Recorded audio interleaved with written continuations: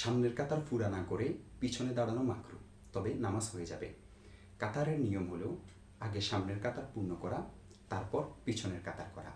হযরত আনাস রাদিয়াল্লাহু তাআলা আনহু বলেন, রাসূলুল্লাহ সাল্লাল্লাহু আলাইহি ওয়াসাল্লাম ইরশাদ করেছেন, তোমরা আগে সামনের কাতার পূর্ণ করো, এরপর তার সাথে মিলিত কাতার,